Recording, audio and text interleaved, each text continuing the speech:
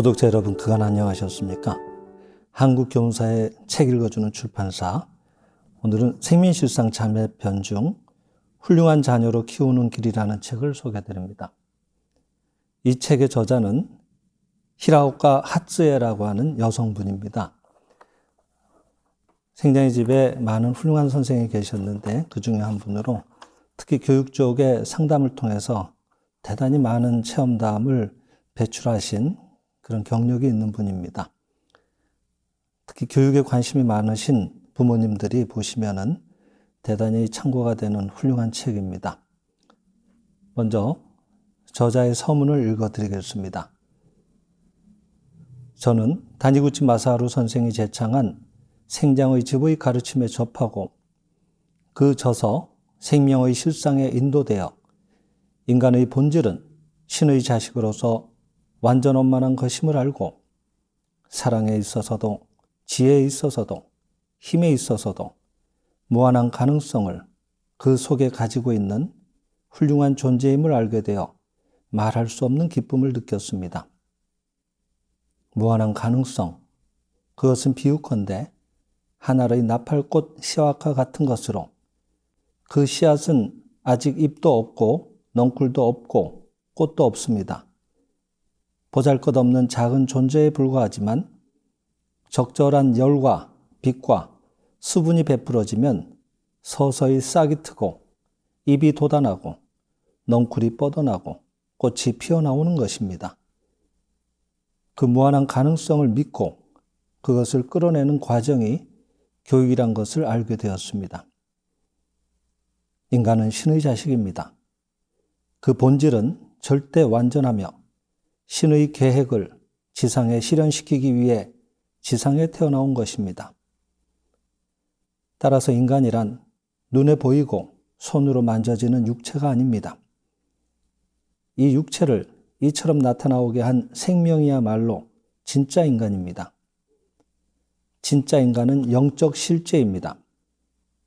인간만이 아닙니다.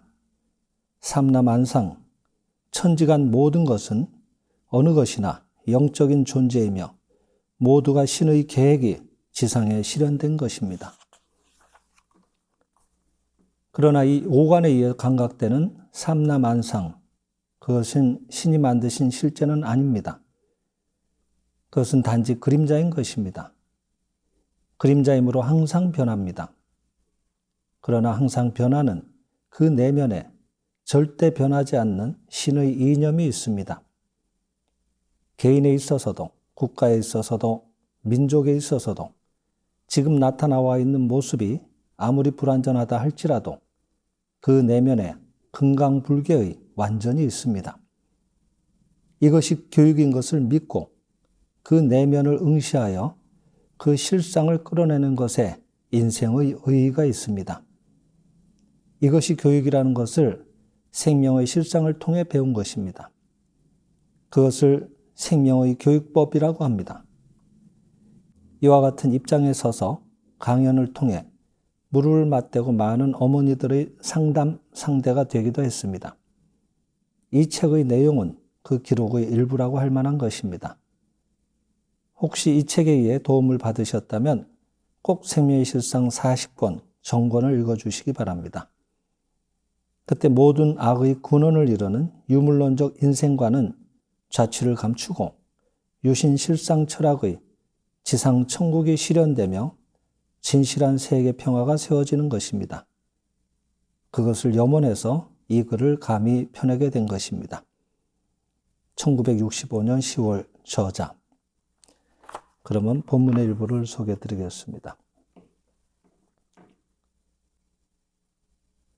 활짝 웃으며 격려하는 어머니. 희망과 자신감을 키워주는 것이 교육. 소제목. 자녀의 성적은 어머니 하기 나름. 어느 해 저는 후쿠오카현의 한 도시에서 교육 강연을 했습니다. 신축된 문화회관에 1000명 가까운 청중이 모였습니다. 그 자리에서 저는 대략 다음과 같은 말을 했습니다. 자녀가 학교에서 낮은 점수를 받아 가지고 왔다. 가령 산수가 10문제인데 3문제밖에 풀지 못했다. 즉 30점밖에 받지 못했다고 합시다. 그 성적을 봤을 때의 어머니의 말과 표정이 그 후의 자녀의 성적을 결정하는 것입니다. 즉 자녀의 성적을 100점으로 만드는 것도 0점으로 내려가게 하는 것도 불량하게 만드는 것도 그 순간 어머니의 말과 표정에 달려 있는 것입니다. 답안지를 손에 든 어머니가 화가 잔뜩 난 표정으로 이게 뭐야 이 바보야 하고 멸시하는 말을 했다고 합시다. 그때 자녀는 어떤 기분이 될 거라고 생각하십니까? 기가 강한 자녀는 두고 보자. 다음부터는 답안지를 보여주나 봐라 하는 반항심을 갖게 되고, 기가 약한 자녀는 나는 역시 안 된다고 마음속 깊이 열등감을 갖게 됩니다. 이런 일이 종종 되풀이되면 반항심을 일으킨 자녀도 열등감이 깊이 새겨진 자녀도 모두가 부모를 싫어하게 됩니다. 부모와 자녀 사이의 소원해진 이 느낌이 두고두고 부모와 자녀 사이를 지배하게 됩니다. 자녀는 모두 말을 하든 아니하든 의식하든 하지 않든 부모로부터 사랑받고 싶다고 하는 참으로 뿌리 깊은 소망을 가지고 있는 것입니다. 그러니만큼 소원해진 기분은 헤아릴 수 없을 정도의 절망감을 느끼게 하는 것입니다. 반대로 나쁜 성적을 확인했을 때 어머니의 마음에 저런 가엾게도 얼마나 괴로웠을까. 옆의 아이도 맞은편 아이도 모두 좋은 성적이었을 텐데 이 애만 30점. 얼마나 괴로웠겠니? 슬펐겠니? 하고 한 조각 사랑의 마음이 움직였다면 나오는 말도 저절로 달라지는 것입니다. 좋아요, 좋아요. 이 다음에 열심히 하면 문제 없어요. 얘야, 너 이 문제는 풀지 않았니? 이 문제를 풀 수 있으면 다음 문제도 거의 비슷한 문제니까 금세 풀 수 있게 돼요. 이런 식으로 반드시 격려하는 말이 나올 것이 틀림없습니다. 그리고 실제로 이런 말을 들으면 자녀의 마음에 반드시 나도 될 거야 하는 희망이 생기고, 그러면 해보자 하는 자신이 생기는 것입니다. 어떤 의미에 있어서 교육이란 생애를 두고 어떤 문제에 봉착하더라도 어떤 환경에 놓여지더라도 굴하는 일 없이 항상 새로운 희망과 굳건한 자신감을 가지고 다시 일어날 수 있는 인간이 되게 해주는 것이라고 저는 생각합니다. 그 새로운 희망과 굳건한 자신감은 어디에서 생기고 어디에서 자라느냐 하면 한 장의 답안지를 손에 쥐었을 때의 어머니의 말과 표정에 달려있다고 생각합니다. 밝은 말과 밝은 표정이 부모와 자식 사이를 연결할 때 자녀는 반드시 부모를 좋아하게 됩니다. 부모를 사랑하는 자녀는 반드시 행복한 자녀로 성장합니다. 희망과 자신을 가지게 된 자녀는 열심히 공부하게 됩니다. 그것을 반복하고 있으면 지금은 30점밖에 받지 못하는 어린이도 차차 100점을 받는 어린이로 되는 것은 확실합니다. 같은 30점이라도 반항심과 열등감이 심어진 자녀는 자포자기해서 마침내 불량화, 문제아의 무리에 끼어들게도 되는 것입니다. 좋지 않은 성적을 보고 야단치는 어머니의 마음속에는 부모의 희망이나 자존심을 상하게 하고 자기 생각대로 대해주지 않은 것에 대한 불만이 있습니다. 그것이 폭발하게 되는 것으로서 즉 이기심이 그와 같이 하게 하는 것입니다. 밝게 격려해주는 어머니는 자녀의 기분이 되어준다고 하는 사랑의 입장에서 자녀를 대하고 있는 것입니다. 만사가 그와 같습니다만 특히 교육의 성공을 위해서는 사랑의 입장에 서 있어야 하는 것입니다. 저는 대략 이와 같은 이야기를 했습니다. 그런데 저희 강연이 끝난 뒤에 그 지역의 교육과장이 폐회 인사를 하는 중 다음과 같은 말씀을 해 주셨습니다. 상대의 기분이 되어드리는 것. 저는 오랫동안 교직에 있었고 초등학교 교장직에도 있었습니다만 방금 말씀하신 상대방의 기분이 되어드린다는 것, 즉 자녀의 기분이 돼서 생각한다고 하는 것을 분명하게 알지 못했기 때문에 가정교육에 대해서는 여태까지도 확신을 가질 수가 없었습니다. 그러나 방금 말씀하시는 것을 듣고 있으면서 그렇다, 상대방의 기분이 되드리는 것이다. 그렇게 되면 이 세상에서 해결할 수 없는 문제 같은 것은 있을 수 없다 하고 대단히 즐거운 기분이 됐습니다. 그분은 계속해서 이 상대방의 기분이 되어드린다고 하는 강연을 듣고 생각난 것입니다만 저희 집에는 자녀가 5명 있습니다. 그래서 제 아내가 바쁘다 보니까 우리 집엔 자식이 많아서 하고 불평할 때가 있습니다. 며칠 전에도 그 같은 집사람의 불평을 듣고 한 아이가 어머니 2-3명 죽으면 되는 거죠? 했다는 것입니다. 부모는 절대로 그런 뜻으로 말한 것은 아니지만 그 말을 듣는 자녀의 입장이 되어보니 얼마나 부담스럽게 들렸을까 하는 반성이 되고 매우 미안한 생각이 들었습니다. 하고 솔직한 감상을 말씀해 주셨습니다. 죽은 자식만을 칭찬하는 어머니. 이 강연이 끝나고 응접실에 들어갔을 때 40세 남짓된 부인이 들어와서 정말 잘못했습니다 하고 무슨 일인지 모르지만 자꾸만 사과를 하고 죄송해하는 것이었습니다. 초면인 분인데 왜 이러시나 하는 이상한 생각이 들어서 어째서 그러시냐고 물었더니 다음과 같은 얘기를 하시는 것입니다. 저희 형제는 3남매입니다. 여자는 저 한 사람뿐이고 남동생이 2명이었습니다만 막내 동생이 15살 때 대단치 않은 병에 걸린 것이 원인이 돼서 마침내 죽고 말았습니다. 그러자 어머니는 대단히 슬퍼해서 자나깨나 그 애는 좋은 애였다. 그 애는 자상한 애였다. 그 애는 부모 생각을 끔찍이 했었다고 노래하듯이 말하곤 했습니다. 그때 이미 20살이 다 돼가는 저였습니다만 그 소리를 듣고 있던 어느 날 견딜 수 없을 만큼 외로운 기분이 되어 어머니에게 어머니, 내가 대신 죽었으면 좋았을 테죠. 하고 말한 일이 있습니다. 그런 체험을 했으면서도 오늘 선생의 말씀을 들을 때까지 역시 자녀의 기분이 돼 주어야 한다는 것을 깨닫지 못했습니다. 집에 돌아가면 자식들에게 엎드려 사과하고 싶은 기분이 됐습니다. 제가 아는 사람 가운데 이런 분이 계십니다. 시집간 날 시어머니 되시는 분이 나는 자식을 5이나 키워서 자식에는 신물이 난다. 손자 돌보는 일만은 시키지 마라고 하셨습니다. 그 세댁은 그때 좋다.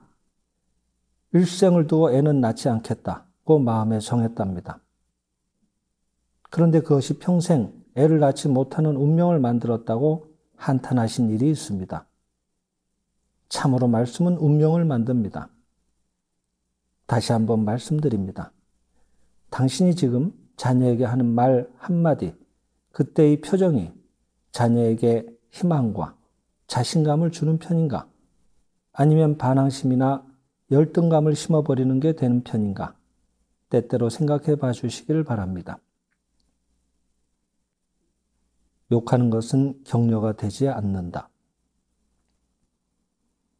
부모는 때때로 화내는 것, 욕하는 것이 자녀에 대한 격려가 되는 것처럼 생각하기 쉽습니다만 이것처럼 어리석은 일은 아마도 없으리라고 생각합니다. 그렇다고 해서 꾸중을 하거나 욕하는 게 절대로 안 된다는 것은 아닙니다. 꾸중을 듣고 욕설을 듣고 있는 편이 납득이 가는 것이 아니면 안 된다는 것입니다. 화내는 것이 부모의 감정적인 미움에서 나온 것이라면 절대로 상대의 영혼에 울려 퍼질 수 없을 뿐 아니라 자녀의 성격을 삐뚤어지게 하고 자녀를 악으로 밀고 들어가게 하는 원인이 되는 일이 많다는 것을 말하고 싶은 것입니다. 깊은 애정에서 나온 것이 아니면 안 된다는 것을 말하고 싶은 것입니다. 그것보다도 오히려 거꾸로 자녀의 좋은 점을 보고 그것을 칭찬하는 편이 훨씬 더 훌륭한 격려가 된다고 말하고 싶은 것입니다. 칭찬받고 글씨가 훌륭해진 어린이. 도야마에 있을 때의 일로 어떤 부인회의 회장 일을 보시는 다나카라는 부인이 계셨습니다. 그분이 저희 집을 찾아오셔서 이런 얘기를 하셨습니다. 저희 집의 막내인 사치오는 금년에 초등학교 4학년이 되었습니다만 글씨가 서툴러 국어 노트 등은 지저분해서 봐줄 수가 없습니다. 어떻게 하면 좋을까요? 그 얘기를 듣고 저는 말했습니다. 그러면 당신은 그 노트만 보면 얼굴을 찡그리고 날카로운 소리로 뭐야 이게, 이 지저분한 글씨, 마치 까마귀가 걸어 다닌 자국 같잖아 하는 것은 아닙니까? 다나카 씨는 웃음을 터뜨리며 말했습니다. 바로 그대로예요. 선생은 마치 천리안 같군요. 그래서 자녀의 글씨는 깨끗해졌습니까? 잘 되지 않으니까 지도해 달라고 왔는데요. 아, 그렇군요. 그렇다면 제가 하라는 대로 해주세요. 오늘 댁으로 가시면 아드님의 노트를 처음부터 끝까지 잘 살펴봐 주세요. 반드시 한 자쯤은 훌륭한 글씨가 있을 테니까요.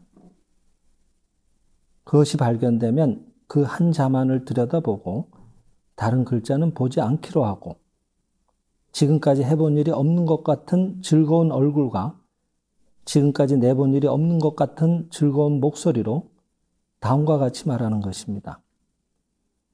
어머나, 너는 이런 훌륭한 글씨라도 쓸 수 있구나. 이 글씨는 대단한 글씨다. 얘야, 됐다. 너는 이런 훌륭한 글씨도 쓸 수 있으니까. 이렇게 말하고 축복해 주는 것입니다. 그 부인은 그 길로 집에 돌아가서 아들의 노트를 잘 살펴보니까 한 글자, 자유의 자자가 잘 쓰여 있었습니다.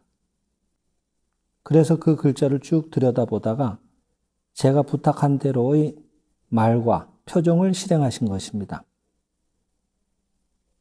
아드님은 아무 말도 하지 않았지만 무척 기분이 좋았던 모양으로 깊은 기색을 입가에 띄우면서 그때부터 책상에 앉아 글씨를 쓰기 시작했다는 것입니다. 그런데 그때부터 글씨를 전과는 비교가 안 될 만큼 깨끗하게 쓰게 됐습니다. 어린애는 정말 귀엽습니다. 교사의 협력을 부탁. 그런데 그 부인도 대단한 분입니다. 그 노트를 가지고 담임 선생을 찾아가서 다음과 같은 부탁을 했다고 하는 것입니다. 선생님, 제 아들의 글씨가 지저분한 것은 사실이고 뭐라고 말씀드릴 수 없습니다.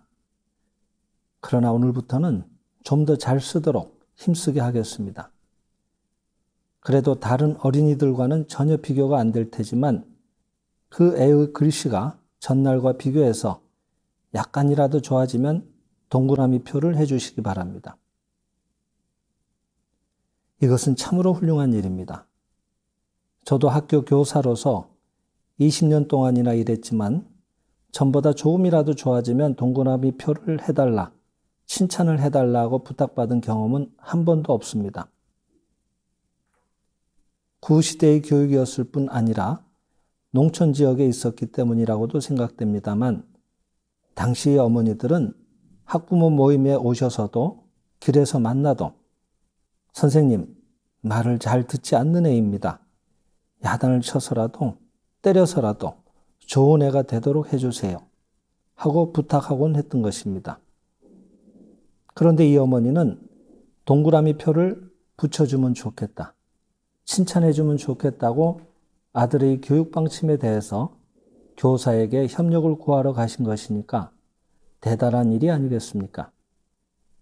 그뿐 아니라 어제에 비해서, 이틀 전에 비해서 조금이라도 좋은 점이 있으면 칭찬해 달라고 한 것, 이것은 대단히 훌륭한 일이라고 생각됩니다. 비교하는데도 서툴러서는 안 된다. 비교한다는 것의 의의는 지금 말씀드린 경우에만 있다고 할 수 있습니다. 곧잘 형제와 비교해서 형은 잘하는데 너는 틀렸다고 한다든가, 이웃집에는 100점을 받았는데 너는 30점밖에 하고 아무런 반성도 없이 야단을 치는 부모들이 있습니다만 심리적으로 생각해도 이보다 서툰 비교는 없습니다. 이것은 자녀에게 반항심과 열등감을 심어주고 부모를 싫어하게 만드는 것입니다. 이렇게 하면 자녀를 문제아로 만들어버리기 쉬운 것입니다. 여기에 반해서 다나카 씨처럼 글자 한자라도 어제 글씨와 비교하면 이번엔 점을 찍는 것이 좋아졌다. 이번엔 글자가 가지런해졌다 하고 어머니의 지혜와 사랑을 교묘하게 움직여서 이끌어 나가면 자녀는 크게 격려를 받아서 항상 희망을 가지게 되고 자신감을 쌓아가게 됩니다. 뿐만 아니라 이렇게 키워진 자녀는 반드시 부모를 좋아하게 되고 부모를 사랑하고 부모를 신뢰하는 사람이 됩니다. 그리고 부모를 사랑하는 자녀는 반드시 행복한 인생을 성취하게 됩니다. 네, 오늘은 여기까지 읽어드렸습니다. 감사합니다.